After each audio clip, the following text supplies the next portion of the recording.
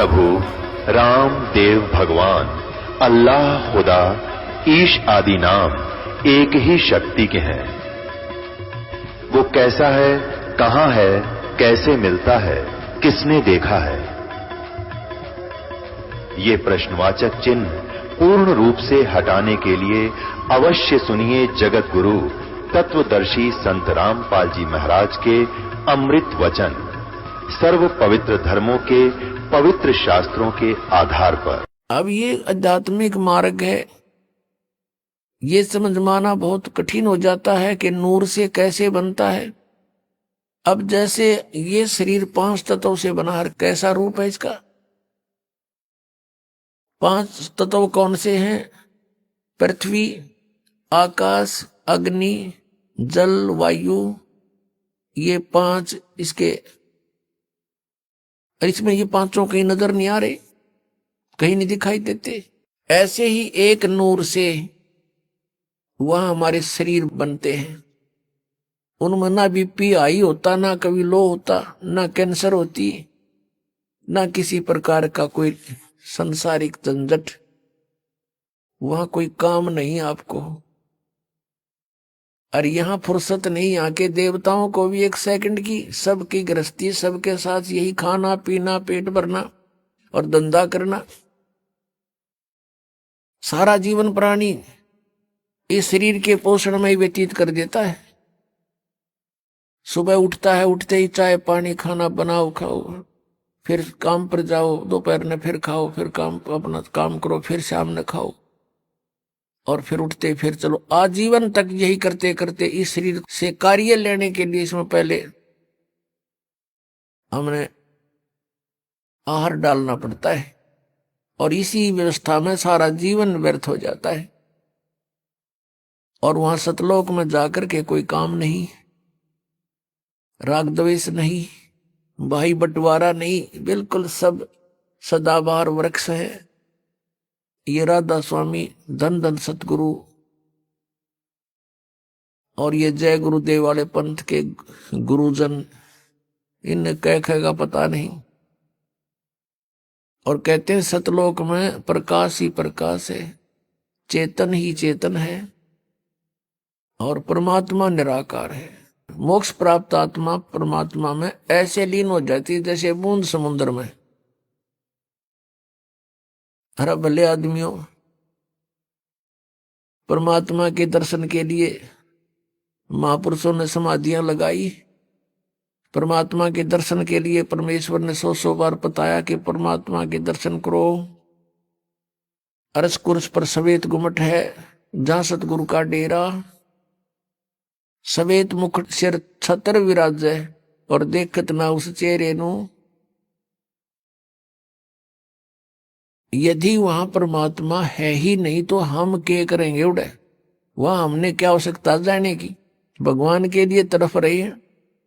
अब कोई कहे कि उस आश्रम में चलो बरवाला में, और फिर कोई कहे गुरुजी तो है नहीं वहां पर, निराकार ही निराकार है, फिर टिंडे लेना होगा, यहाँ आदमी क्या करेगा? ऐसा मूर्ख बना रखा हमारे को। परमात्मा के लिए तरफ रहे हैं, उसके दर्शन करेंगे, अपना दुखड़ा रोवाएंगे, सीने से लगाएंगे, और लोग कहते वहां है ही नहीं। फिर रुचि भी बनी हुई है इनकी वहां जाने की, हद पाट जी कती कितने श्रद्धालु हैं। दरअसल बात यह है कि ना तो वहां जाना किसी ने, क्योंकि साधना जान की नहीं। तो इस प्रकार ये अज्ञान है, और परमात्मा ने जो बताया है वो वास्तविक ज्ञान, तत्व ज्ञान है कि वहां पर सदाबहार वृक्ष हैं, बहुत सुंदर दूधों के सरोवर भरे हैं। ये जो यहां गंगा जल है, आपने देखा होगा गंगा नदी का जल, ये सतलोक से आया हुआ है। अब जैसे यहां आकर गिरता है, किसी ने दिखता नहीं, वो कहां से आ रहा है? इस पहाड़ से नहीं है। ये ऊपर से परमात्मा की व्यवस्था गुप्त रूप से आके यहाँ प्रकट कर दी जाती है। आजकल तो अंडरस्टूड है, विज्ञान ने बहुत कुछ करके दिखा दिया। आजकल यहां से फैक्स कर देते हैं, बीच में कुछ भी नहीं है, और आगे जाके पूरा मैटर सामने होता है, फिल्म भी आ जाती है। ऐसे ये सतलोक से आई थी, सतलोक से आकर सबसे पहले ये ब्रह्मलोक में गिरी, काल के लोक में। सब जगह इनके एक जटा कुंडली डैम बने हुए हैं, वहां से ओवरफ्लो होकर फिर वहां से चल पड़ती है, उर्वास रूप बन करके फिर दूसरी जगह के बर्फ रूप धारण करती है, वहां से फिर ये मेल्ट होकर के जल बन जाती है, फिर आगे चलती। ऐसे ही यहां आकर के गिरी हुई है। तो ये एक रिहर्सल है कि वहां का मटेरियल खराब नहीं होता, पदार्थ कभी भी खराब नहीं होता। गंगा जल को आप कितने ही दिन तक रखो वो खराब नहीं होगा, उसमें गंदा नहीं होगा। और दूसरा आपको प्रमाण दिखाते हैं कि हम इस परमेश्वर की अमर वाणी का पाठ करते हैं, जो यहां यज्ञ होता है, और यहां पर ये जल रखते हैं। एक सिंपल जल होता है यहां आम टूटियों का भरा हुआ, और इसको फिर परमात्मा की वाणी इसके ऊपर चलती है। ये वाणी चलती है, मंत्र है भगवान के, ये सत्संग होता है, ये सब उसके ऊपर उस जल को अमृत बना देते हैं। गंगा से भी उत्तम बन जाता है वो। गंगा तो एक जल का काम करता है और वो एक बहुत प्रबल अमृत बन जाता है। और उसको कितने दिन तक रखिए आप, कभी खराब नहीं होता। हमारे पास रखा है सन 1996 का, 1996 का ये अमृत रखा हुआ आज तक एक बोतल में, और एज इट इज है। तो जिस परमात्मा की चर्चा करने मात्र से जल भी अमृत बन जाता है, तो पुण्यात्माओं इस जो सत्संग हम करते हैं, परमात्मा की महिमा सुनाते हैं, अमृतवाणी बोलकर सुनाते हैं, इससे पशु पक्षियों पर भी प्रभाव पड़ता है, चींटियों पर भी प्रभाव पड़ता है, पौधों पर, वृक्षों पर भी प्रभाव पड़ता है, और इनको भी बहुत कुछ शक्ति प्राप्त होती है, और समय आने पर इनको ये काम देगी, इनको लाभ देगी। तो उस सतलोक के अंदर कोई पदार्थ खराब नहीं होता, सड़ता नहीं, गलता नहीं, और सदाबहार वृक्ष हैं, सूखते नहीं, और वहां कोई काम नहीं। परमात्मा की याद में आत्मा भीगी रहती है, मस्त रहती है, बहुत आनंद रहता है, चर्चा चलती है, ऐसे मंडलियां बैठकर बतलाती हैं, और नीचे के दुखों को देखकर आंखों में आंसू आते हैं कि कैसे रजा हुई परमात्मा, हम कैसे निकला इस गंदते हैं। वहां जाकर जब नीचे को देखते हो ना, इसमें सड़ांध आती है, इस 21 ब्रह्मांड में तो सड़ांध दुर्गंध आती है। इस पृथ्वी लोक पर रहने वाले प्राणियों के अंदर से निकल रहे ये बदबू, कहते हैं 12 लाख किलोमीटर तक ऊंचाई तक इसकी बदबू जाती है, स्मेल, बैड स्मेल जाती है। तो पुण्यात्माओं, इस प्रकार की विवेचन से आपका मन परमात्मा की तरफ आकर्षित होगा और यहां से चलने की तैयारी करोगे। अन्यथा हम इसी व्यवस्था को फाइनल मान चुके हैं, मृत्यु तो होनी ही है, लेकिन मृत्यु से पहले बच्चों का विवाह हो जावे और इनको भी भगवान संतान दे दे, इनका रोजगार ठीक हो जाए, फिर हम बेशक मर जावा। हमने इतना फाइनल कर रखा, बस ये हमारी फाइनल सोच है। अब कारण क्या है कि विकल्प नहीं था हमारे पास कोई भी। अब परमात्मा ने आकर दया करी अपने बच्चों पर, वो खजाना खोल दिया जो 600 वर्ष पहले परमात्मा ने कहा था, धर्मदास मैं आपको ये सारा ज्ञान बताऊंगा, लेकिन इस तत्व ज्ञान को अभी सार्वजनिक मत करना है। धर्मदास मेरी लाख दुहाई, ये सार नाम की तबार ना जाई, सार नाम बार जो पढ़ी, बिचली पीढ़ी हंस नहीं तरही।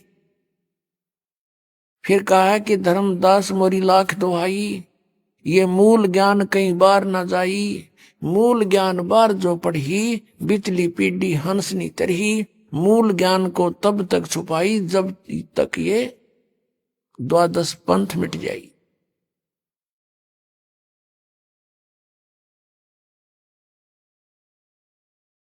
अपनात्माओं,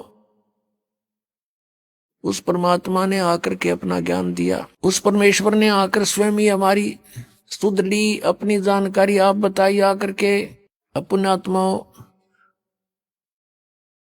अभी तक किसी भी संत या ऋषि महर्षि का विधान या उनका अनुभव देख लो, सुन लो, पढ़ लो, सभी ने यही कहा कि परमात्मा निराकार है। चाहे कोई विष्णु जी का पुजारी है और सामने मूर्ति रखी है भगवान की, उसको भी कहते हैं क्या मेडिटेशन करता, तो का ध्यान लगाता हूं। आपको कोई दिखाई दिया कि नहीं? परमात्मा का प्रकाश दिखाई देता, भगवान दिखाई नहीं देता। कैसा है भगवान? वो तो निराकार है। तो विष्णु जी क्या है आपका?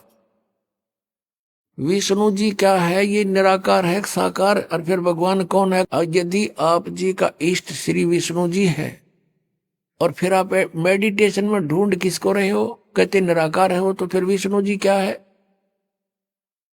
इसको कहते हैं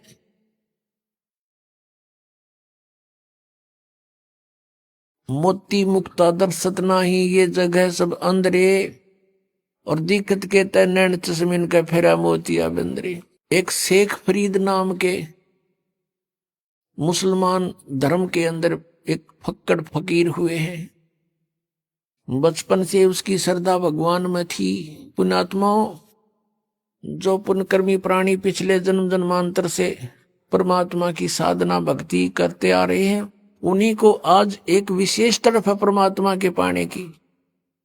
यहां गरीबदास महाराज जी कहते हैं, साधों से ती मस्करी और चोरा नाल खुशहाल, ये मल अखाड़ा जीतेंगे युगन युगन के माल। यदि आप जी किसी को यह सच्चाई बताने की चेष्टा करते हो तो आपका मजाक करते हैं,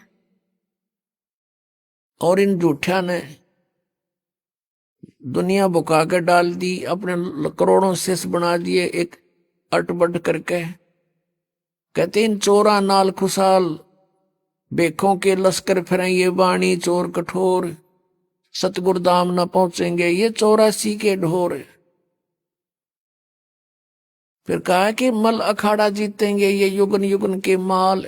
माल माने रेसलर, पहलवान, जो एक्सरसाइज करता है डेली, और कभी समय आने पर उसकी कुश्ती किसी के साथ होती है, रेसलिंग, तो वो मल अखाड़ा, वो मल ही जीता करते हैं, पहलवान ही जीता करते हैं। आप जी उस परमात्मा के अखाड़े के पहलवान हो, बेटी भाई बहन बुजुर्ग जो भी है, जैसा भी है, युगों युगों से आप ये एक्सरसाइज करते हुए आ रहे हो, और आप ही पार होगे, आप ही में से पार होने का नंबर आओगा। जैसे बच्चे स्कूल जाते हैं विद्यालय में, तो जो विद्यालय में जाते हैं उन्हीं में से पास होते हैं, और कोई जो पाली जाता है, गधा पर बारी लेता है, बैठ कर सवारी करता है, स्कूल नहीं जाता है, तो वो पास नहीं होते हैं। आप ही पार होगे। अब आपको वो विद्यालय मिल गया जहां सीधी टिकट सतलोक की मिलती है, तो अब आप पिछले जन्म जन्मांतर से तपस्या साधना भक्ति जैसी भी पता लगा भगवान के लिए अवश्य प्रयत्नशील रहे हो, और तुम्हारे में से आज सिलेक्शन हो रहा है। आप कहीं भी गए हो, भगवान के लिए गए थे, किसी संत के शिष्य बने, या किसी मंदिर मस्जिद गुरुद्वारों में आपने जाकर साधनाएं की, कहीं गुफा में गए, कोई तप किया, कोई व्रत किया, परमात्मा के लिए प्रयत्नशील थे। आप पिछले जन्मों के पहलवान थे, मल थे, आप माल थे पिछले जन्म जन्मांतर के, लेकिन आपको दिशा ठीक ना मिली, जिस कारण से आत्मा आपकी भगवान बिना नहीं रह सकती। इस काल ने हमारे को मूर्ख बनाने के तरीके बहुत अपना रखे हैं। कोई शुक्रवार का व्रत रख के अपने आप को संतुष्ट मान रहा रखे रहे, कोई सोमवार का व्रत रखता है तो बहुत अच्छा रखे रहे, क्योंकि सैकड़ों समर्थक है, हाँ सही है मैं भी करता हूं। और ये किसी को नहीं पता कि गीता जी के 16वें अध्याय के 23वें श्लोक में लिखा है कि शास्त्र विधि को त्याग कर जो मनमाना आचरण करते हैं उनकी न तो गति होती है, न कोई सुख प्राप्त होता है, न उनकी कोई सिद्धि प्राप्त होती है, यूजलेस। गीता जी अध्याय नंबर 16 के श्लोक 24 में तुरंत कहा है कि इससे तेरे लिए अर्जुन कर्तव्य और अकर्तव्य की व्यवस्था में सदग्रंथ ही प्रमाण है, नथिंग एल्स। किसी की दंत कथा पर मत विश्वास करना, जो अपने सदग्रंथों में लिखा है उसी में वे ऑफ वर्शिप सही है, फाइनल है। अब जैसे ये श्री कृष्ण जी के पुजारी पवित्र हिंदू धर्म में जितने भी पुण्यात्मा हैं, अब गीता जी को सिरोधार्य मानते हैं और नाम जपते हैं हरे राम हरे कृष्ण राधे राधे श्याम मिला दे, ओम नमः शिवाय, ओम भागवते वासुदेव नमः, एवं नमः। ये पता नहीं कितने मंत्र बना रखे। गीता जी में है कोई मंत्र ऐसा?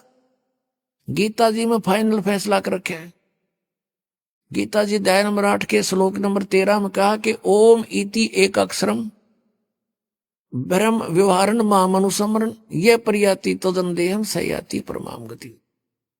मुझ ब्रह्म का, माम ब्रह्म, मुझ ब्रह्म का केवल ओम इति एक अक्षरम, ये ओम एक अक्षर है, नथिंग एल्स, और कुछ नहीं। और उच्चारण करके सिमरण करने का, उच्चारण करके सिमरण करता हुआ जो अंतिम श्वास तक, शरीर छोड़ने तक इसका सिमरण करता हुआ छोड़कर जाता है, यह प्रयाति तदन देहम सयाति परमाम गति, वो परम गति को प्राप्त होता है। ओम से मिलने वाली परम गति, ओम से मिलने वाली श्रेष्ठ गति कौन सी है? ब्रह्मलोक प्राप्ति, क्योंकि ओम ब्रह्म का मंत्र है। गीता जी अध्याय नंबर 7 के श्लोक नंबर 18 में गीता ज्ञानदाता ब्रह्म श्री कृष्ण जी में बोल रहा है। वो कह रहा है कि ये उदार आत्मा है तो अच्छी, लेकिन ये मेरे वाली घटिया गति में ही आश्रित रही। ओम से मिलने वाली जो सुविधा है, मोक्ष है, जितना कहते यो तो व्यर्थ है, घटिया है, अनुत्तम है। अनुत्तम क्यों है? क्योंकि गीता ज्ञानदाता स्वयं कह रहा है चौथे अध्याय के 5वें और 9वें श्लोक में, दूसरे अध्याय के 12वें श्लोक में, 10वें अध्याय के दूसरे श्लोक में, अर्जुन तेरे और मेरे बहुत जन्म हो चुके हैं, तू नहीं जानता मैं जानता हूं। तो इसी से दे के जन्म मृत्यु ब्रह्म की भी और पुजारी भी फिर दुखी, जन्म और मृत्यु जैसा दुख नहीं पृथ्वी पर। इसलिए गीता ज्ञानदाता 18वें अध्याय के 62वें श्लोक में कहता अर्जुन तू सर्वभाव से उस परमेश्वर की शरण में जा, उसकी कृपा से ही तू परम शांति को और सनातन परम धाम को प्राप्त होगा। अब पुण्यात्माओं 17वें अध्याय के 23वें श्लोक में गीता जी में स्पष्ट किया है कि उस सच्चिदानंद घन ब्रह्म की पूजा यानी तत्ब्रह्म, उस परम अक्षर ब्रह्म की साधना का 3 मंत्र का जाप है, उसको प्राप्ति का ओम तत्सत, ओम ब्रह्म का सरपुरुष भी कहते हैं इस ब्रह्म को, और तत् अक्षर पुरुष का वो सांकेतिक है, और सत जो है परम अक्षर ब्रह्म का। इनकी मजदूरी करनी है। इन तीनों की साधना से ही परमात्मा प्राप्ति, सतलोक प्राप्ति होगी। ओम और तत् सांकेतिक है, ये दोनों मिलकर 2 अक्षर का सतनाम बनता है। और तीसरा वो सार नाम है जो सत कहा है गीता जी अध्याय नंबर 17 के श्लोक 23 में। तो कहने का भाव ये है कि हम साधना करने का खूब कोशिश की हमने, अब पढ़े गीता और नाम ले हरे कृष्ण कृष्ण कृष्ण हरे हरे राधे राधे, कोई बात हुई या? बालकों का खेल बना रखा हमने, भगवान की तरफ जरा भी ध्यान नहीं दिया। गीता जी में है कहीं ये मंत्र, फिर जाप किस लिए कर रहे हो? परमात्मा का विधान है ये। यदि कहो कि तुम कि पुराणों में ऐसा लिखा है, पुराण क्या चीज है, गीता जी क्या शास्त्र है? चारों वेद पूर्ण परमात्मा ने, सत्य पुरुष ने इस ब्रह्म के अंतःकरण में फीड कर दिए थे। 5 वेद किए थे, 5 वेद, सूक्ष्म वेद भी जो परमेश्वर ने स्वयं आकर बोलना पड़ा, इसने नष्ट कर दिया फिर, और उसमें ऐसे फीड कर दिए जैसे उसका निर्धारित समय रख दिया। इतने समय के बाद वो अपने आप इसके श्वासों के माध्यम से बाहर निकल आए। इसने सारे के सारों को पढ़ा तो इसमें देखा कि जो 5वां वेद है उसमें पूरा निर्णायक ज्ञान है, कबीर इज गॉड, वो साकार है, मनुष्य दृश्य है, और उसकी भक्ति की विधि ये है, उसमें सारा कंप्लीट था। तो इसने 5वां वेद नष्ट कर दिया। 4 वेद जिसमें महिमा तो परमात्मा की है, लेकिन वे ऑफ वर्शिप नहीं है उसमें। पूजा की विधि नहीं है। वो 4 वेद अपने पुत्र ब्रह्मा को दे दिए। ब्रह्मा जी ने उनको पढ़ा, जैसा भी अभी तक इनके समझ में नहीं आ रहा यू है कि क्या कहानी है। तो ब्रह्मा जी से ही ज्ञान प्राप्त हुआ, किन्होंने? अन्य ऋषियों ने। तो उन अन्य ऋषियों का और साथ में ब्रह्मा जी का जो ज्ञान है वो पुराण है, और वेद ज्ञान है गॉड गिवन। जो गीता है, श्रीमद् भगवद गीता, ये भी वेद ज्ञान है। इसमें थोड़ी सी इसने अपना मिक्सर कर रखा है। गीता जी में जगह जगह इसने कुछ संकेत दिए हैं कि ये मेरा मत है, उसका मत छोड़कर बाकी सब वेद ज्ञान है। अपनात्मा वेद जो है ये परमात्मा का विधान है, आदेश है, संविधान है। और जो पुराण है उनमें किसी ऋषि या ब्रह्मा विष्णु महेश देवता का आदेश है, उनका अपना अनुभव है। तो हमने वेदों के अतिरिक्त किसी की भी आदेश की पालना नहीं करनी है। यदि हम परमात्मा के विधान के विरुद्ध किसी की आज्ञा का पालन करके साधना करते हैं तो वो शास्त्र विधि को त्याग कर मनमाना आचरण है।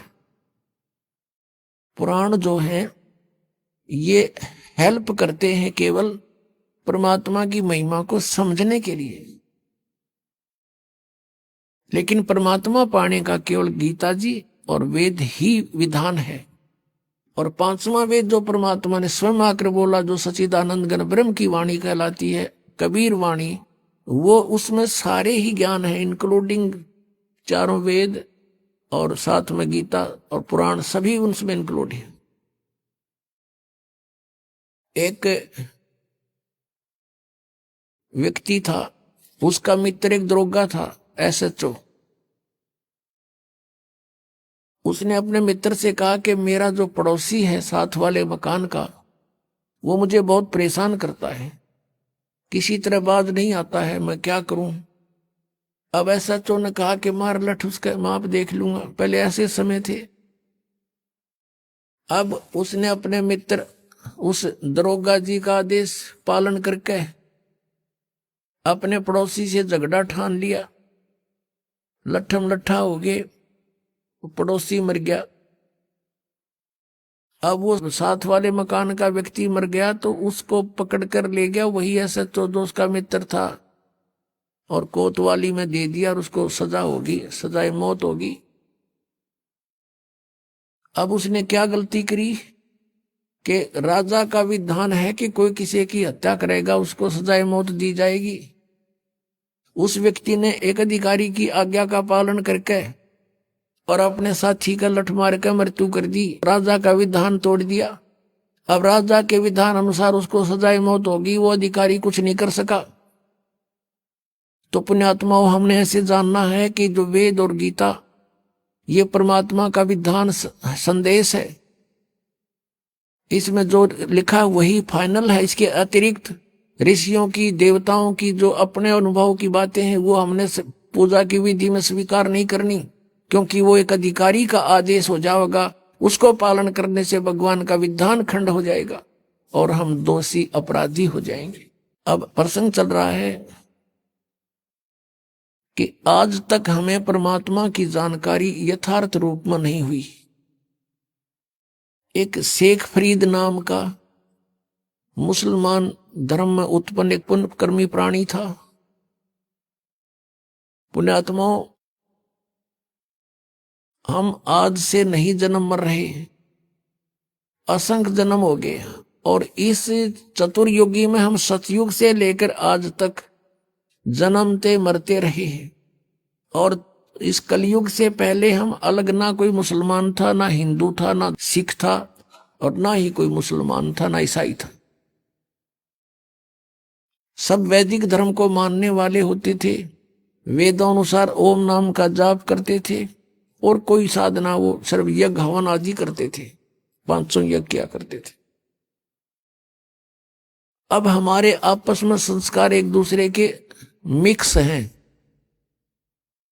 आज कोई हिंदू धर्म में जन्मा है तो कल मुसलमान धर्म में जन्म ले सकता है। आज कोई मुसलमान धर्म में कट्टर हुआ बैठा, कल मृत्यु होगी, उसके बाद वो हिंदू धर्म के अंदर जन्म ले सकता है। ईसाई के भी ले सकता है, ईसाई भी की मृत्यु के बाद ईसाई भी यहाँ आ सकते हैं हिंदू धर्म में, और सिख धर्म में भी जा सकते हैं। तो कहने का भाव यह है कि हमने अपनी बुद्धि को बहुत ऊपर उठाना पड़ेगा, तब हम इस काल के जाल से निकल पाएंगे। तो पुण्यकर्मी प्राणी शेख फरीद पिछले संस्कार प्रबल थे उसके लिए थोड़ा सा कथा सुनाते हैं कि वो शरारती बहुत था, उलाने बहुत लाता था, गांव में जाकर के दूसरे बच्चों के साथ झगड़ा कर देता था, किसी को कुछ छेड़छाड़ कर देता था आपस में बच्चों के साथ, या किसी के घर में घुस के उनका कोई बर्तन बुर्तन उठपटंग कर देता था, उलाने आते थे। उसकी माता बहुत तंग होगी, उसने सोचा अब क्या करूं, इसको कैसे शांत करूं। तब उसने एक दिन सोचा कि इसको कहती हूं कि बेटा तू नमाज कर ले। शेख फरीद की माता ने कहा कि बेटा तू नमाज करा कर। छोटा बालक था 3-4 वर्ष का, कहने लगा क्यों, मैं क्यों करूं नमाज, मुझे क्या मिलेगा। और वो उसका फेवरेट फ्रूट था खजूर, खजूर बहुत खाता था, उसको बड़ा पसंद थे। माँ ने कहा बेटा अल्लाह तुझे खजूर देगा, कि सचमुच डेली प्रतिदिन देगा। वो कहने लगा माँ बता फिर कैसे करते नमाज। न बोली डट जा, कोई समय होता है नमाज करने का, मैं बताऊंगी, इतना बैठ जा। वो इतना बैठा रहा। अब माँ ने सोचा मेरा काम करने का समय है, इसने ला दूं नमाज करने, और तू काम कर लेगी इतनी ना, तो कह रहा पता नहीं क्या उलाने लाओगा। उसने एक कपड़ा बिछाया और कहा बेटा ऐसे मत्था टेक ले और यूं कहता रहे अल्लाह मुझे खजूर दे, अल्लाह मुझे खजूर दे, यही नमाज है। और तो उसका याद क्यों होती बालक का। जब वो काफी देर करता रहा, उसकी मम्मी ने क्या किया, एक पत्ते में खजूर लपेट के, थोड़ा सा खजूर 2 पत्तों में, और उस कपड़ा बिछा रखा था उसके नीचे रखे। और जब सारा काम कर लिया, जब कहने लगी बेटा आंख खोल दे बाजा, वो उठा, उसने देखा इधर उधर, कहने लगा माँ अल्लाह ने खजूर तो दिया ही नहीं, मैं नहीं करूं आज के बाद बिल्कुल भी। उसकी माँ ने कहा बेटा अल्लाह ऐसे सरेआम थोड़ा ही देता है, वो तो गुप्त देता है बेटा, देख कहीं रख गए होंगे आसन के नीचे। उसने कपड़ा उठाकर देखा तो रखा मिला, खावर कूद खा लिया, वाह जी वाह। फिर कहता माँ अब फिर बता कब करनी है वो नमाज। एक दिन क्या हुआ कि माता ऐसे प्रतिदिन उसको बैठा दे, वो ऐसे ही बिल्कुल दर्द होकर 2-2, 3-3 घंटे उठे को नहीं। एक दिन उसकी माता खजूर रखना भूल गई और उसने कह दिया आजा बेटा। वो उठ गया, उठा, जब उसने उठाकर पल्ला देखा, खजूर वेजिटीज रखे जैसे पहले रखती थी उसकी माँ। अब फिर उसकी माँ के भी याद आ गया कि आज तो मेरे से गलती होगी, यू कभी नहीं कराई विसा नालायक से, आज इसको खजूर मिले नहीं। तो उसी समय वो खजूर खाता हुआ आ रहा था। उसकी माँ ने कहा बेटा ये खजूर कहाँ से लाया तू, अल्लाह रोज देता है मुझे। कहने लगी कहाँ था ये खजूर, वहीं जहां पहले रखते थी, आज दिखाऊं, एक पत्ता तुम्हें छोड़ के आया हूं नीचे वाला। अब जाकर देखा सचमुच खजूर जो के त्यों। उसकी माँ तो हैरान रहेगी कि हे परमात्मा बड़ी सुनी ना, तो आज इसके बाद तो कभी नहीं कराओ नमाज। कहने का भाव यह है कि कहते हैं पिछले तब से होते हैं पूर्ण हंस मुराद, पिछला संस्कारी हंस था, परमात्मा ने आस्था बढ़ानी थी। उसकी माँ का भी फिर लगन बन गई, बस नकली सा काम करा करती। उस दिन के बाद उसकी माँ का भी दृढ़ विश्वास हो गया भगवान है, अल्लाह है कहीं पर। तो कुछ जब वो बड़ा हुआ तो उसने घर त्याग दिया, क्योंकि रुक नहीं सकता वो प्राणी जिसको चाह भगवान की है। अब जो परंपरागत उनकी क्रियाएं थी, मांस खाना, वो उनको पसंद नहीं था उस प्यारी आत्मा को। उसने छोड़ दिया कि ये तो कोई जची नहीं बात, हिंसा करके भगवान मिला करते हैं कभी। अब वो शेख फरीद पुण्यात्मा परमात्मा की तलाश में कहाँ जाते हैं, संत के पास, के संतों के पास परमात्मा के पाने की विधि होती है। एक फक्कड़ फकीर था, सिद्ध पुरुष था, साधना करता था, सिद्धि में प्रसिद्ध हो रहा था। उसके पास पहुंच गए, उनसे बातें की, उसने अपना जो साधन जाने था वो बता दिया, बेटा कठिन से कठिन तप कर, जितना कष्ट दोगे शरीर को उतना ही भगवान निकटाएगा। अब शेखप्रीत तो गई भगवान पाने के लिए थे, दिन रात अपने खूब कष्ट करें, जो भी गुरुजी आदेश दें वही पालन करें। अब शेखप्रीत गए हुए थे किस लिए? परमात्मा के लिए, और गुरुजी के आदेश का 100% पालन करते थे। उस आश्रम में उनके पास और भी 5-7 शिष्य रहते थे, और शेखप्रीत के जाने के बाद वो ज्यादा प्रिय लगने लगा, क्योंकि वो हर कार्य को उनकी इच्छा अनुसार करता था। ऐसे बैठा रहता था या खड़ा रहता था जब तक आज्ञा नहीं होती थी। उनके गुरुजी अधिकतर कार्य उसी से सेवा लेते थे, तो अन्य शिष्य ईर्षा करने लगे कि शेखप्रीत तो गुरुजी के हृदय में बस गया और आश्रम इसको देंगे लास्ट में मृत्यु के बाद, और तुम रह गए अब घर छोड़ दिया परमात्मा पाने के लिए, और वहां जाकर फिर ये राग द्वेष और मान बढ़ाई की भूख ज्यों की त्यों, फिर किस लिए डले ढो रहे हो वहां पर? अगर तुमने आश्रम की जरूरत है, भगवान की नहीं रही, मान बढ़ाई की भूख है, तो भक्त नहीं। ये शेखप्रीत में नहीं थी। अब अन्य जो शिष्य थे उन्होंने सोचा इसको गुरुजी की नजरों से गिराते हैं। वो जो सिद्ध पुरुष था, मुसलमान धर्म में फक्कड़ फकीर था,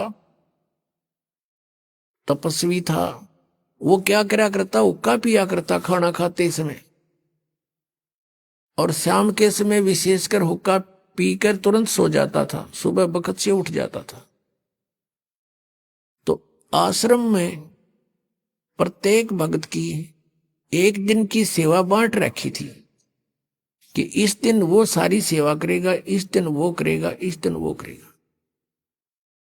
जिस दिन शेखप्रीत की सेवा का टर्न आया, उस दिन अन्य सेवकों ने सोचा कि आज इसको गुरुदेव के नजरों से गिराते हैं। वर्षा का मौसम था, लेकिन वर्षा नहीं हो रही थी। शेखप्रीत ने शाम के समय खाना बनाया गुरुजी के लिए, और गुरुजी हुक्के के लिए पहले, गुरुजी के हुक्के के लिए पहले अग्नि तैयार कर देता था। उसने अग्नि तैयार कर ली थी, खाना खिलाने गया हुआ था। पीछे से उनके अन्य ईर्षालु साथियों ने वो अग्नि बुझा दी, पानी पूनी छिड़क दिया। अब शेखप्रीत ने तो ये सोचा था कि 2 मिनट में हुक्का भर के दे दूंगा, और वो गुरुजी इतना क्रोधी था, अगर 5 मिनट लेट हो जाता ना हुक्का कोई भी किसी कार्य में, उससे इतना नाराज हो जाता, उसको डंडे मारता था और कई दिन तक उसको सेवा नहीं देता था।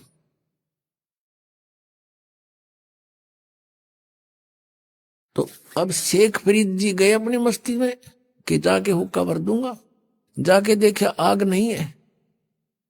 अब शेखप्रीत को तो भाई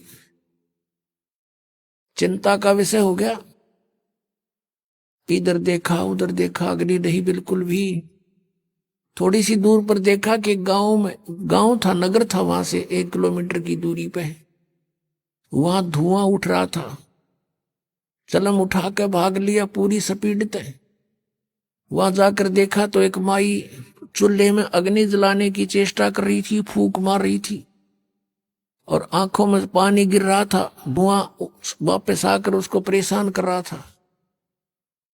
अब शेखप्रीत दौड़ा दौड़ा गया, माई माई, कहाँ कौन है? हाँ महाराज क्या बात है? कि माई आग दे दो, हुक्का भरना है। वह माई थी नरी निकम्मी, नो बोली आंख फूट जाना जब आग मिला है, आंख फुटवा ले तू भी अपनी। अब वो बोला आदमी था, साधु संत बोले वाले होते हैं, अकमाई आंख फूटने से अग्नि मिल जाएगी? कहाँ मिल जाएगी? वनो क्या कर फिर फू फू करने लगेगी। अब उसने दे के चिमटा आंख में और बाहर निकाल कर रख दी, ले माई आग दे दे मुझे, ये आंख फोड़ ली मैंने। अब माई ने देखा, उसके तो पाया तलेगी धरती निकलेगी कि तो उस महात्मा का शिष्य है, वो बड़ा सिद्ध पुरुष है, और उसने कुछ वचन बोल दिए तेरा नाश हो जाएगा। उस माई ने सारी अग्नि बाहर काट दी चूल्हे थे, अकले बाबर ले। अब वो फटाफट धर के अगर उस आंख के एक बांध का कपड़ा सा और सपीटते फिर भाग लिया। उधर से गुरुजी ने आवाज लगाई, रे शेख फरीद, रे फरीद कित मर गया। तीसरी आवाज जब लगाई, जब 2 एकड़ की दूरी से आवाज करी, आ गया गुरुजी, आ गया गुरुजी। गुरुजी ने सोचा भी, पूछा भी क्या बात है, इतनी देर कैसे लगा दी जी? आग, मौसम वर्षा का था, गुरुदेव अग्नि जलाई थी लेकिन आग बुझ गई, गांव से दौड़ के लाया हूं। अच्छा रख दे। अब अग्नि रख दी, वो तो ओका पीड़ का सोने की तैयारी में था, उसने देखा अंधेरा सा हो गया था। आंख का क्या लग गया जी? आप कह रहे थे क्या लगे गुरुदेव, क्या लगे? नुका का बाहर निकल गया। अच्छा भाई। अब सुबह हुआ, माई ने सारी रात काटनी मुश्किल होगी, अब तेरे ऊपर बिजली गिरेगी, वो बताओगा गुरुजी को ऐसे ऐसे, और ये सिद्ध पुरुष है को वचन बोल दिया तेरा नाश होगा। सुबह सुबह जाली बुढ़िया वो माई ले करके उसको आंख को मटके के कापण पर ढक्कन पर रख लेगी और कहा, महाराज मेरे से गलती होगी, माफ कर दियो। आपका शेष अग्नि लेने गया था, मैं ऐसे ऐसे धूमे में दुखी हो रही थी और मेरे मुख से निकल गया कि आंख फुटवा ले, आंख फुटते तो अग्नि मिलती है, और आप कैसे से ने आंख निकाल कर रख दी। महाराज मेरे पे गलती होगी, माफ कर दो। माथा टेक कर रोए बुढ़िया माई। अब उस गुरुजी के समझ में नहीं आ रही या कहना के चाह रही है। वो बोला, माई मुझे ढंग से बता क्या बात है। कहने लगे, जी ऐसे ऐसे बात थी। शेख फरीद को बुलाया, अरे फरीद इधर आ। कहा जी? अरे क्या हो गया? आप कह रहे थे क्या हो गुरुदेव? आपकी दास को आप कह रहे थे क्या होना था? अरे ये कपड़ा क्यों बांध रखा है? जी ऐसे ही करके। बोला, खोल दे इसको। उसने कपड़ा खोल दिया तो आंख जो की तो पाई उस फरीद की। अब वह माई देख कर हैरान रहेगी, लेकिन दूसरी आंख से वह कुछ छोटी बन गई। ये यकीन दिलाने के लिए कि सचमुच ये घटना घटी है। अपने आत्माओं, ऐसे सिद्ध पुरुष और ऐसे करामात दिखा देते हैं तो फिर उसके ऊपर शंका हो किसने? अब ये बातें अब तत्व ज्ञान से आपका समझ में आएंगी कि ऐसा सिद्ध पुरुष था वो तपस्वी होका पाड़ कि क्योंकि पिछले संस्कार थे उन प्राणियों के, पिछले ही तब से होते हैं पूर्ण हंस मुराद। वर्तमान की सिद्ध साधनात कुछ थी नहीं उनकी, दोनों की, ना शेख फरीद की थी ना उस गुरु की थी, पिछले संस्कारों से थी, पिछले जन्म जन्मों के वो विद्यमान होते हैं। तो भी उन्हीं को अंगड़ाई आती है भक्ति की, घर त्याग देते हैं, लेकिन आगे साधना ना होने से वो अपनी बैटरी डिस्चार्ज कर जाते हैं ऐसे सिद्धि दिखाकर। अब सब जगह आसपास चर्चा का विषय हो गया। उस महाराज की वाह वाह होगी कि एक बालक की ऐसे ऐसे आंख भी पूरी कर दी उसने। सारी जनता आसपास की पूजन लायक गिर, वो महात्मा सिद्ध पुरुष और सुप्रीम वो हो गया वहां का संत। अब कुछ दिनों के बाद क्या हुआ कि उसकी मृत्यु होगी। मृत्यु के उपरांत शेख फरीद ने वो अपना आश्रम त्याग दिया। सोचा साधना करनी है, गुरुजी ने कहा कठिन तप करो, भगवान निकटावेगा, उसके दीदार हो जाएगा। शेख फरीद तो परमात्मा पाने के लिए घर से निकला था और भगवान ना मिला जिस मनुष्य शरीर का हो बनेगा क्या, मैं करूंगा क्या इस मिट्टी का, ये सोचकर गुरुजी के आप बताए अनुसार घोर तप शुरू कर दिया। एक वृक्ष की मोटी टहनी कुएं के ऊपर से गई हुई थी। उसने सोचा बहुत साधना कर ली, वैसे करता हूं। ऊपर रस्सा बांध लिया वृक्ष के और अपने पैरों में बांध लिया दोनों में, और शेष रस्सा नीचे को लटका दिया और उल्टा लटक गया। अब 12 वर्ष तक उसने उल्टा लटक के कई घंटों कुएं में साधना की, और 12 वर्ष के अंदर 50 किलो अन्न खाया था शेख फरीद ने, 50 किलो 12 वर्ष में। एक वर्ष में दिन होते हैं, और एक दिन में वैसे तो मनुष्य की 1 किलो का आहार बताया है। यदि 10 ग्राम भी हम सोच कर चल रहे हैं तो एक महीने की भी 10 ग्राम तो होता भी कुछ को ना, 100 ग्राम माने तो भी, तो कैसा शरीर होगा उसका। अस्थि पंजर रह गया शेष। वो बाहर आकर के कभी कभी विश्राम करता था, परमात्मा की तरफ में रहता था, और वो ऐसे लेटा हुआ था। कौव्या ने देखा कि ये व्यक्ति मर चुका है, वो उसके ऊपर आकर बैठ गए। शरीर पर कहीं मांस था ही नहीं। उन्हें सोची कौवों ने कि माथे पर बैठ कर इनकी आंख निकाल लेते हैं। तब वो थोड़ा सा मुंह खुला उसका, कहा कि भाई कौवो, मेरे शरीर पर कहीं मांस बचा हो, उस मांस को खा लो, मेरी आंखों को मत छुओ, इसको ना डिस्टर्ब करो, मुझे अल्लाह के दीदार की आशा है,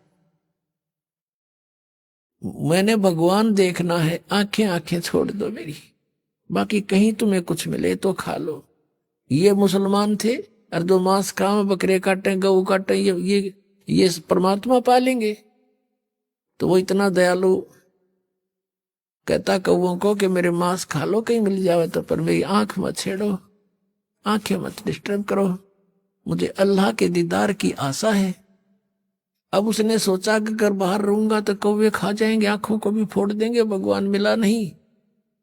उल्टा ही लटक गया। धीरे धीरे सर्क के रस्सों के साथ में अभ्यास हो रहा था, और फूट फूट कर रोने लग गया कि अल्लाह का दर्शन हुआ नहीं, और अब शरीर रहा नहीं, अब खत्म, प्राण जाने वाले। फूट फूट कर रोने लगा। अब क्या किया, परमात्मा कहते हैं गोता मारू स्वर्ग में और जा बैठू पाताल, कह कबीर ढूंढता फिरूं अपने हीरे मोती लाल। ये इस तरह के साधक पिछले जन्मांतरों में कभी परमात्मा के परमहंस रहे हैं इस धरती पृथ्वी पर, लेकिन बीच में फिसल जाते हैं। उन्हीं में से शेख फरीद था। अब परमात्मा पहुंच गए वहां पर, उस कुएं पर खड़े हो गए और उसके रस्से को पकड़कर खींचने लगे, क्योंकि पहले कुएं बहुत गहरे होते थे, रस्से लंबे लंबे होते थे। ऐसे खींचने लगे बाहर को। शेख फरीद ने सोचा कोई शरारती आ गया पाली और मुझे डिस्टर्ब कर रहा है। और पहले भी ऐसे गवाले जो होते थे, भेड़ बकरियां चराने वाले, जो गंवार टाइप व्यक्ति, उनमें से कोई ना कोई बाबा जी उस संत के रस्से को पकड़कर ऐसे हिला देता था और यूं बैठ कर देखता था तमाशा। वो क्या कर लेता था, ऐसे सिर कर लेता था कि सिर में चोट ना आ जा, और कभी कुएं के इधर लगता था जाके, कभी इधर। वो कुछ देर छेड़छाड़ कर चले जाते थे। पता था उसका कि किस किस के साथ लड़ूं, बच्चे हैं, करते रहेंगे। उन्हीं में से कोई और दूसरा उनको धमका देता था कि ऐसा मत करा करो संतों के साथ, तो कई दिन नहीं कोई आता था। अब शेख फरीद ने सोचा कि पहले तो ऐसे हिला लूका छोड़ जाते थे, आज यू ऐसा निकम्मा टिकल मिल गया कि इसने बाहर निकाल लिया मैं। अब वो बाहर निकालते निकालते उल्टा लटका लटका कहता है कि ए भाई मुझे ना छेड़े, मुझे डिस्टर्ब ना करे, मैं अपना काम कर रहा हूं, तू अपना काम कर। परमात्मा ने कहा कि तू क्या कर रहा है यहां पर? ए भाई, मैं भगवान के दर्शन के लिए, परमात्मा को देखने के लिए, परमात्मा के पाने के लिए मैं साधना कर रहा हूं। तो परमेश्वर कबीर देव जी ने कहा कि मैं हूं अल्लाह अकबर। आइए अब हम उन श्रद्धालुओं के अनुभव जानते हैं जो जगत गुरु तत्वदर्शी संत रामपाल जी महाराज जी से दीक्षा प्राप्त कर चुके हैं तथा उनके द्वारा बताए गए भक्ति मार्ग पर चल रहे हैं। जी नमस्कार। सत साहिब। क्या नाम है जी आपका? ज्ञानेश्वर लोहकरी। ज्ञानेश्वर जी, कहाँ से आए हैं आप? मैं नागपुर से आया हूँ। सर क्या करते हैं आप? मेरा प्रिंटिंग प्रेस का व्यवसाय है। सर, संत रामपाल जी महाराज से नाम दीक्षा लेने से पहले आप क्या भक्ति साधना करते थे? संत रामपाल जी महाराज से भक्ति लेने के पहले ही हम कबीरपंथी थे, लेकिन हम दामाखेड़ा से अटैच थे और कम से कम नहीं कुछ तो 30 से 35 साल वही से हमने भक्ति की है और यह भक्ति करने से हमको कोई भी लाभ नहीं था। सर, जैसे कि आपने बताया कि पहले आप कबीरपंथी थे और आप दामाखेड़ा पंथ से जुड़े हुए थे। संत रामपाल जी महाराज भी कबीरपंथी संत है, तो आपको संत रामपाल जी महाराज से नाम दीक्षा लेने की क्या जरूरत आन पड़ी जब आप पहले से ही कबीरपंथी संतों से जुड़े हुए थे? सर, बात ऐसी है, जुड़े हुए तो थे लेकिन हमको कोई लाभ नहीं था और हमारे घर में इतनी दरिद्री थी, मतलब हम ना आगे बढ़ सकते थे ना कुछ कर सकते थे। बस पैसा आता था जाता था, कर्जे में डूबे रहते थे हम, हमेशा हमेशा कर्जे में डूबे रहते थे। कुछ दिन के बाद में हमारे यहाँ संत रामपाल जी महाराज के शिष्य आए 3-4 और उन्होंने हमको बताया हम भी कबीरपंथी है लेकिन आपका मार्ग अलग है। उसमें कुछ हमारे दामाखेड़े में जुड़े हुए भी थे, 2-3 भगत, वो भी आए, बोले आप ये छोड़ दो और संत रामपाल जी महाराज से नाम दीक्षा ले लो और सत्संग देखो बोले। तो हमने माने नहीं उनकी बात को, हमने अब उनको अलग अलग कुछ ना कुछ बोलते गए, कुछ बोले उल्टा सीधा, परमात्मा माफ़ कर दे, हम उनको नहीं, वो तो जेल में है, आप कैसी बात कर रहे, हम दामाखेड़े से जुड़े हुए, ये कबीरपंथी है, ऐसे बात करते थे। फिर भी वो आके उन्होंने एक ही बात बोले, सत्संग देखो आप कुछ दिन, बाद में हम और आएंगे आपके घर में। तो फिर कुछ 1 महीने के बाद में और आए वो, हमने सत्संग देखे। सत्संग देखने के बाद में क्या हुआ, फिर अचानक एक दिन हमारी पत्नी सोई थी तो अचानक दरवाज़ा खुला और कोई सफ़ेद कपड़े में पैजामे पे कोई संत जैसी उनको दिखे और उन्होंने बोले बेटी आप घर में नाम दीक्षा ले लो। दरवाज़ा खोल के अंदर आए दरवाजे पे और उसके पहले ये लोग आके चले गए थे, सत्संग देखना चालू था। उन्होंने मेरे को फिर सवेरे बताया कि कोई संत आए थे, बोले सफ़ेद कपड़े पहन के थे, बोले शर्ट ये बंगाली सफ़ेद थी बोले और सफ़ेद पैजामा था बोले, और वो आए दरवाजे में खड़े हुए, मैं देखते रह गई बोले। वो बोल रही थी बोले बेटिया नाम दीक्षा ले लो, और वो चले गए बोले। फिर उन्होंने मेरे को सवेरे बताया आज अपन नाम दीक्षा ले लेंगे बोले। फिर उसी दिन हम नाम दीक्षा लेने चले गए। सर, हम जिस भी संत रामपाल जी महाराज जी के अनुयायी से मिलते हैं और उनका इंटरव्यू लेते हैं तो वो बताते हैं कि संत रामपाल जी महाराज से नाम दीक्षा लेने के बाद उनको अनेकों लाभ मिले। तो क्या संत रामपाल जी महाराज से नाम दीक्षा लेने के बाद क्या आपको भी कोई लाभ मिला? संत रामपाल जी महाराज से नाम दीक्षा लेते ही जिस दिन मैंने नाम दीक्षा लिया उसी दिन मेरा दुकान है, प्रिंटिंग प्रेस का व्यवसाय है मेरा। तो मैं घर में आया, दुकान से ड्राप था, ड्राप में से मैंने 2 खर्रे पड़े थे, गुटका बोलते जिसको, हमारे नागपुर में उसको खर्रा बोलते, वो एक 20 या 25 रुपये का होता है। मैं रोज का 3 या 4 या 5 खर्रे खा जाता था। वैसे ही आया और फेंक दिया। मेरे को क्या हुआ क्या नहीं इंटरेस्ट नहीं रहा उसके अंदर में। सर, लोग सवेरे चाय पीते हैं और मैं सवेरे 6 बजे से शराब की लत में लगा रखता था। मैं सवेरे जाके पहले शराब पीता था, उसके बाद में फिर शराब जो चालू सवेरे से लेके फिर चालू शराब पीने के बाद में खाना खाता था मैं। फिर मैं मेहमानों को खाना खिला देता था, बाद में जाता था शराब पी के आता था, उसके बाद में खाना खाता था। इतना अधीन हो गया था मैं शराब का। और खर्रा भी, खर्रे कम से कम मेरे 4 से 5 खर्रे जिसको गुटखा बोलते वो भी हो जाते थे। मेरा कम से कम नहीं कुछ तो महीने में 10 से 12 हज़ार रुपया खर्रे इसी के अंदर में चला जाता था और मेरे घर में फिर बहुत परेशानी जाती थी। लेकिन जिस दिन संत रामपाल जी महाराज जी से नाम दीक्षा लेके आया मैं, उसी दिन से मेरा नशा कहाँ गया, खर्रे की लत कहाँ गई, नशे की लत कहाँ गई, कहाँ पता ही नहीं चल रहा है मेरे को। और तब से मैंने आज तक अभी तक ना तो मेरे को याद आई है ना मैं खर्रा खाने वाले के पास में अभी खर्रे की बदबू सहन नहीं होती और दारू की बदबू भी सहन नहीं होती मेरे को। या तो कोई मेरे घर में अगर अभी मैं मकान बनाया तो दारू पी के आता तो मैं उनको भगा देता था। मैं उनको बिल्कुल बोलता था मेरे घर में दारू पी के नहीं होना। यहाँ तक कि उनको पहले बोल दिया था काम करने वाले लेबर लोगों को कि यहाँ पे खर्रा खा के आना नहीं और खर्रा खाना नहीं और दारू नहीं पीना। इतना सहन नहीं होता मेरे को अभी, ना तो दारू की बदबू सहन होती है ना खर्रे की बदबू सहन होती है। इतना लाभ हुआ है मुझे। उसके बाद मैं जो बीमारी से पीड़ित रहता था, कभी वात होता था, कभी एक्सीडेंट होता था, कभी मेरे नस का ऑपरेशन होता था, और उसके संत रामपाल जी महाराज से मैंने जब से नाम दीक्षा लिया उसके बाद में मुझे कोई बड़ी बीमारी नहीं हुई। रही बात बस ऐसी चिल्लर चल्लर हाथ पाँव दर्द देना, 10-20 रुपये की गोली खा लेने का अपने आप आराम हो जाता है, ऐसी बड़ी बीमारी से कोई नहीं। मैं यहाँ तक के क्या अभी एक बार क्या हुआ, क्या मेरे ये दिल के अंदर में कुछ मतलब धड़कन चालू हो गई।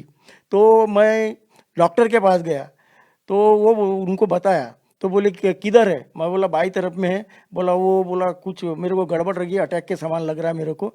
तो वो बोले नहीं, पहले ईसीजी निकालो बोले। मैं बोला आप गोली तो दे दो, रात हो गई थी, 9:30 बज गए थे। बोला कुछ दवा तो दो, सुबह मैं निकल जाऊंगा और फिर ईसीजी निकालूंगा तो एडमिट हो जाऊंगा। नहीं बोले मैं ऐसी दवा नहीं दे सकता।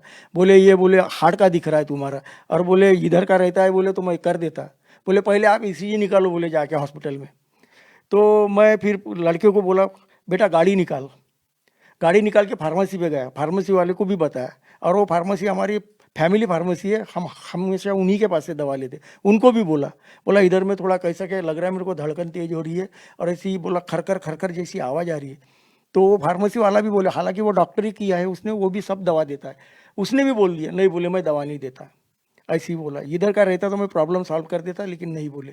ये बोले आप पहले ईसीजी निकालो। मैं ईसीजी निकालने जाऊंगा और एडमिट करने को बोलेंगे तो फिर ये बोलेंगे कि कोरोना की टेस्ट करो। परमात्मा वैसे ही गया, मैं घर में दंडोत डाला, प्रणाम किया और संत रामपाल जी महाराज जी से बोला आप ही हो, क्या है क्या नहीं आप देख लो। फिर मैं दंडोत डाल के फिर घर से फिर गया और बाद में मैं ईसीजी निकाला।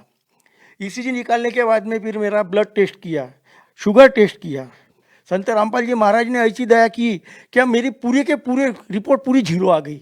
ना तो मुझे कुछ था, ना मेरा शुगर था, ना ब्लड में कुछ था, कुछ भी नहीं, पूरी रिपोर्ट नील आ गई। डॉक्टर ने बोले कुछ दवा नहीं है, कुछ तुमको बोले बीमारी नहीं है, घबराने की कोई बात नहीं है, बोले कोई गोली देने की जरूरत नहीं है बोले तुमको। तो फिर भी मैं ये गोली लिख के देता हूँ, ये खाओ बोले। मैंने 2 गोली खाया, फेंक दिया बाकी वो गोली को। तब से लेके आज तक के ना तो मेरे शरीर ना दिल में धड़कन में कोई है, ना कुछ कोई बीमारी नहीं है मेरे को। और एक लाभ ये हुआ, मेरी आर्थिक परिस्थिति इतनी खराब थी क्या मैं हमेशा कर्जे में डूबा रहता था, मैं हमेशा कर्जा लेता था। लोग बोलते भी थे ऐसे तेरे को क्या जरूरत पड़ती है। लोग मेरे को ताने दे रहे थे क्या तुम्हारे तो बोले 10,000 तो किराने दुकान वाला कमाता है, बोले तुम्हारा लड़का 10,000 कमा रहा है, बोले हंसते थे लोग।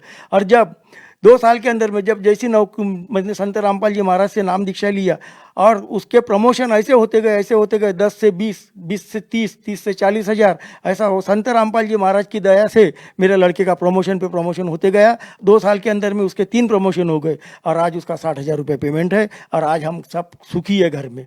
और ये सभी संत रामपाल जी महाराज की दया से हुआ है। और संत रामपाल जी महाराज ने इतनी बड़ी मेहर की है हमके क्या मैं बता नहीं सकता, और उनकी गुण इतने गाऊंगा तो भी कम है, इतना उन्होंने मेरे ऊपर में संत रामपाल जी महाराज ने दया की हुई है। हमारा मकान ऐसी था, झोपड़ा था, लोग बोलते थे मकान क्यों नहीं बनाते, पानी गलता था, परेशान आ गए थे हम। लेकिन जब नाम दीक्षा लिया संत रामपाल जी महाराज से और अभी कैसी मकान बन गया लॉकडाउन के अंदर में, संत रामपाल जी महाराज की दया से आज हमारा मकान भी बन गया है और मकान बन के हम वो मकान में रहने में चले गए। सर ऐसा क्या होता है कि जो भी व्यक्ति संत रामपाल जी महाराज से नाम दीक्षा लेता है वो पहले तो नशा कर रहा होता है, लेकिन जैसे ही उनसे नाम दीक्षा लेता है तो वो नशा छोड़कर नशे से नफरत करने लग जाता है। सर आपके जीवन में ऐसा बड़ा बदलाव कैसे आया, क्योंकि आप तो शराब के बगैर खाना भी नहीं खाते थे। सर बात यह है कि जब संत रामपाल जी महाराज जी ने हमारे को जो नाम दीक्षा दिया और उसके अंदर जो मंत्र दी है, उस मंत्र के अंदर में इतने पावर है, वो सच्चे सद्भक्ति शास्त्रों के नियम के अनुसार जो चारों वेदों में लिखी हुई है, जो वेद बताते हैं वही साधना हमको दी गई है, वही मंत्र दिए गए। हम पहले मनमाना आचरण करते थे, अब जैसे ही वो मंत्र जाप करना शुरू कर दिया तो वो लाभ होना अपने आप चालू हो गया हमें, और वो लाभ ऐसे हो गए कि अभी वो लाभ होते ही जा रहे हैं हमको।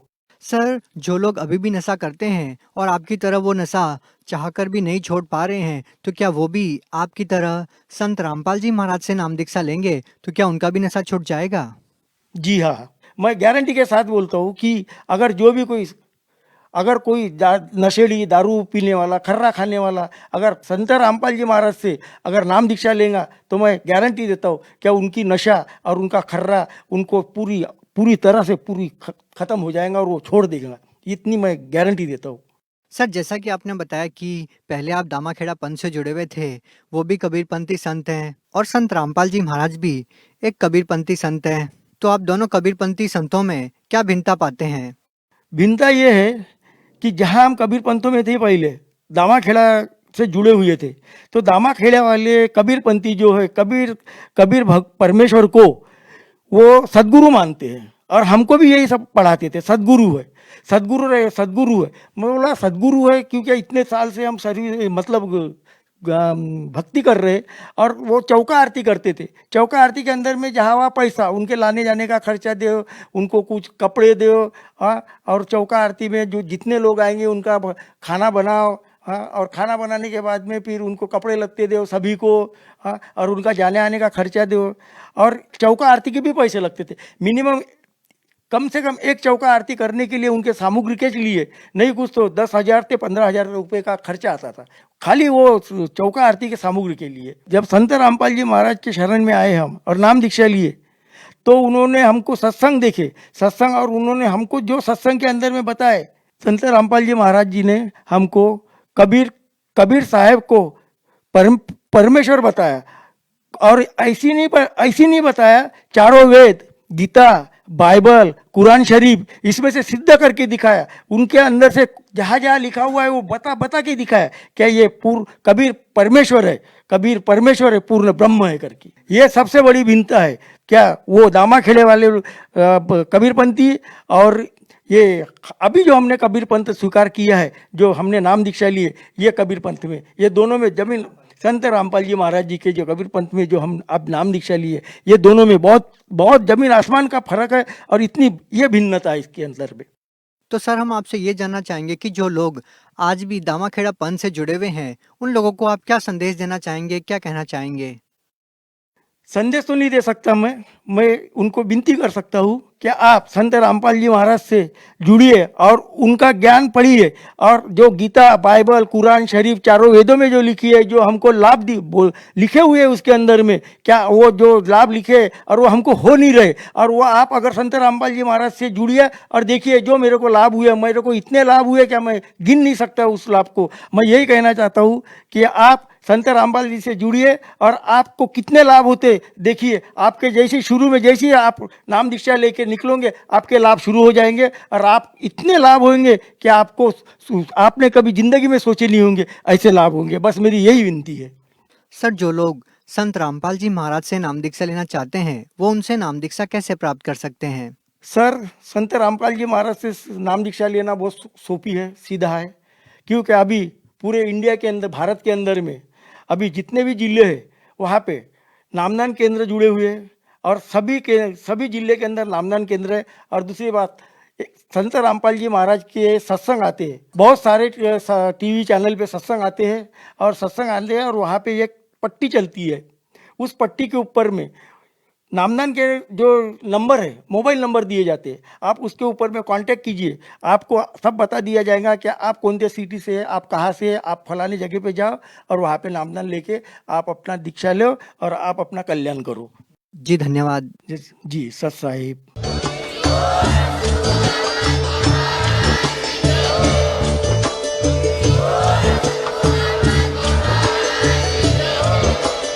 आप सुन रहे थे जगत गुरु तत्वदर्शी संत रामपाल जी महाराज जी के मंगल प्रवचन। अधिक जानकारी के लिए विजिट कीजिए हमारी वेबसाइट www.jagatgururampalji.org। संत रामपाल जी महाराज जी के शुभ आशीर्वाद से पूरे विश्व भर में 500 से भी ज्यादा नाम दीक्षा केंद्र हैं, जिन पर संत रामपाल जी महाराज जी द्वारा ऑनलाइन निशुल्क नाम दीक्षा दी जा रही है। अपने नजदीकी नाम दीक्षा केंद्र का पता करने के लिए संपर्क करें 8222880541।